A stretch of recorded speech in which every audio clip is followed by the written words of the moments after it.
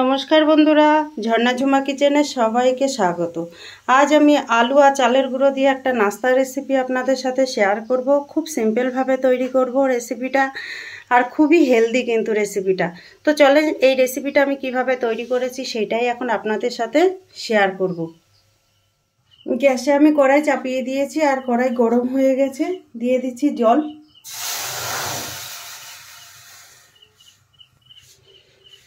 পরিমাণ মতো নুন দিয়ে দিলাম আমি টেস্ট হিসাবে। আর এখানে আমি এক বাটি চালের গুঁড়োর জন্য 1 গ্লাসে জল নিয়েছি। সামান্য তেল দিয়ে দিলাম, আপনারা এই তেলের জায়গায় একটু ঘিও ব্যবহার করতে পারেন। দেখেন জল কিন্তু ভালোভাবে ফুটে গেছে। এখন আমি চালের গুঁড়ো দিয়ে দেব।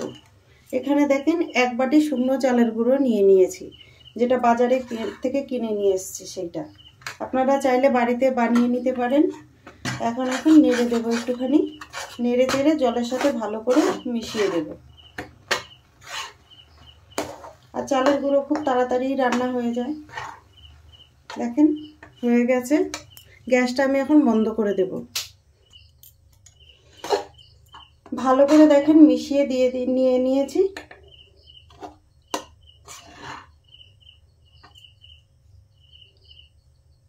এখন আমি নামিয়ে নেব, নামিয়ে এটাকে ঠান্ডা করে নেব। দেখেন এই যে বাটিতে আমি নামিয়ে নিচ্ছি।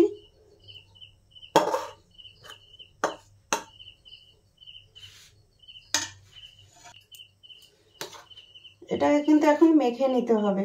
গরম গরম তো হাত দেওয়া যাবে না, এইভাবে চামচ দিয়ে একটু মেখে নেবেন।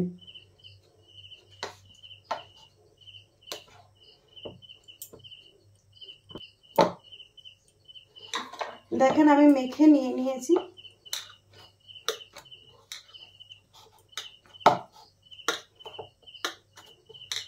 আর নামিয়ে কিন্তু গরম গরম মেখে নিলে কিন্তু খুব সফট হয় ডোটা। দেখেন খুব সুন্দর করে মেখে নিয়েছি। এখন এটাকে আমি ঢেকে রেখে দেব। কড়াইতে দিয়ে দিচ্ছি তেল। তেল গরম হয়ে গেছে, দিয়ে দিলাম গোটা সরষে, জিরে,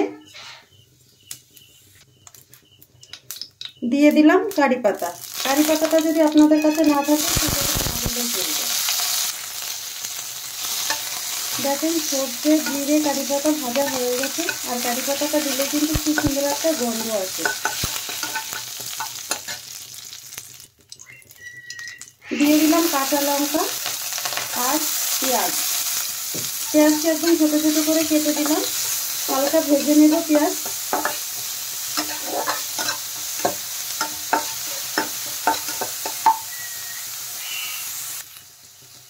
দিয়ে দিলাম হলুদ গুঁড়ো, লঙ্কা গুঁড়ো, টেস্ট হিসাবে নুন, কুচনো টমেটো দিয়ে দিলাম। এখন এইগুলো নেড়ে চেড়ে ভালো করে কষিয়ে নেব।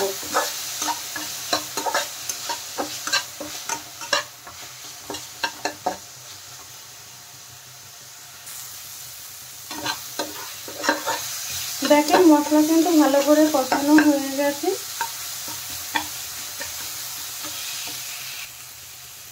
দিয়ে দিলাম আমি সেদ্ধ করা আলু। এখানে আমি 2টো আলু দিয়েছি মিডিয়াম সাইজে। আলু এখন নেড়ে চেড়ে মশলার সাথে ভালোভাবে কষিয়ে নেব। আপনাদের কাছে যদি ধনেপাতা থাকে সেক্ষেত্রে একটু ধনেপাতা দিতে পারেন। আর কোনো মশলাই আমি দেব না। দেখেন ভালো করে আমি মশলার সাথে মিশিয়ে নিয়েছি। দেখেন আলু মশলা তৈরি হয়ে গেছে। এখন আমি নামিয়ে নেব। আর এটা নামিয়ে কিন্তু আমি ঠান্ডা করে নেব।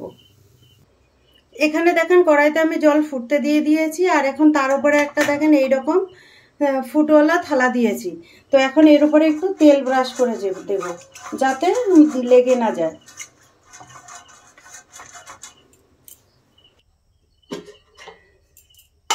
এখন চালের গুঁড়োর ডোটা আমি দেখে নেব।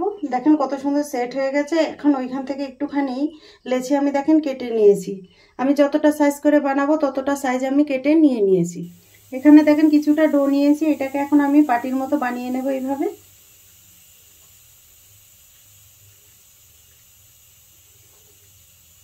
দেখেন খুব সুন্দর করে বাটির মতো বানিয়ে নিয়েছি। এখন এর মধ্যে যে আলুর মশলাটা আমি বানিয়ে রেখেছিলাম সেইটা দিয়ে দিলাম।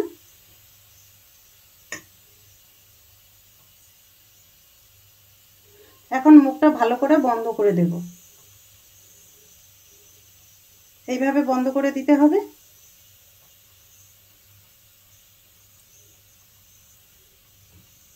দেখেন কত সুন্দর করে বন্ধ করে দিয়েছি। আর এরকম হাত দিয়ে একটুখানি গোল করে দেব। দেখেন দেখেন খুব সুন্দরভাবে তৈরি হয়ে গেছে। এইভাবে আমি সবকটা তৈরি করে নেব। আর দেখেন বাইরেও বেরোয়নি। দেখেন আরেকটা ডো নিয়েছি, এইটাকেও আমি এরকম বাটির মতো করে নেব। আর হাতে যদি আপনাদের চিপকে যায় তাহলে এরকম চালের গুঁড়ো লাগিয়ে নেবেন, বা আটা ময়দা যাই হোক একটা লাগিয়ে নেবেন এইরকম। দেখেন এইটাকেও আমি বাটির মতো বানিয়ে নিয়েছি। এর মধ্যে আবার আমি দিয়ে দিলাম আলুর মশলাটা। একটু কম কম দেওয়ার চেষ্টা করবেন, মানে যতটা লাগে ততটাই দেবেন, বেশি দিলে কিন্তু মুখটা বন্ধ করতে পারবেন না। তারপরে এইরকম করে আমি বন্ধ করে দিলাম। দেখেন খুব সুন্দর করে বন্ধ হয়ে যায় আর খুব তাড়াতাড়ি তৈরি হয়ে যায়। এটা আপনারা ডিনারও তৈরি করতে পারেন, আবার সকালে ব্রেকফাস্টে তো আরামসেই তৈরি হবে। এটা খেতে কিন্তু খুবই ভালো লাগে। দেখেন তৈরি হয়ে গেছে। দেখেন এইখানে আমি কয়েকটা বানিয়ে নিয়েছি, এইগুলো এখন আমি স্টিম দিয়ে নেব। জল গরম হয়ে গেছে, এখন এগুলো আমি বসিয়ে দিচ্ছি।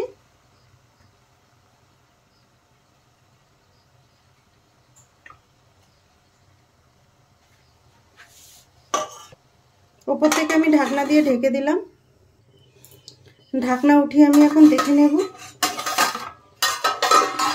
দেখেন খুব সুন্দরভাবে এগুলো স্টিম হয়ে গেছে। এখন এগুলো আমি নামিয়ে নেব। দেখেন কতটা স্টিম হয়েছে আমি আপনাদের দেখিয়ে দিচ্ছি। আগে পরে দেখেন দুটোই আমি দেখিয়ে দিলাম। এখন আমি প্লেটে নামিয়ে নেব।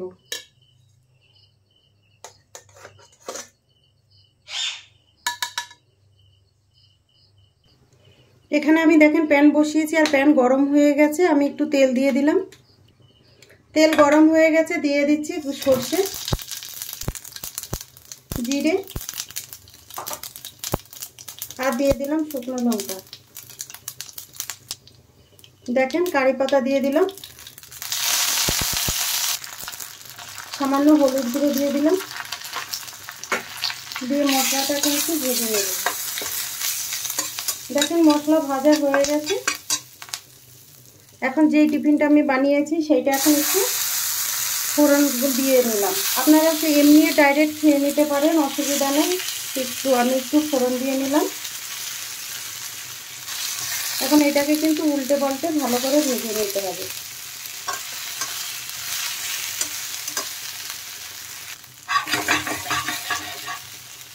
এখন আমি দেখি পাল্টে দেব।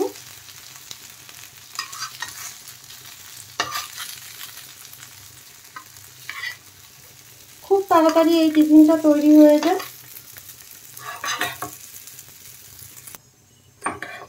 দেখেন তৈরি হয়ে গেছে। এখন আমি নামিয়ে নেব।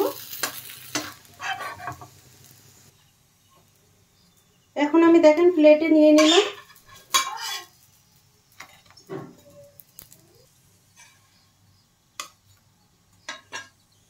সিম্পল এই নাস্তার রেসিপিটা যদি আপনাদের ভালো লাগে তাহলে আমার চ্যানেলটাকে সাবস্ক্রাইব করবেন, লাইক করবেন, কমেন্ট করবেন আর অবশ্যই শেয়ার করবেন।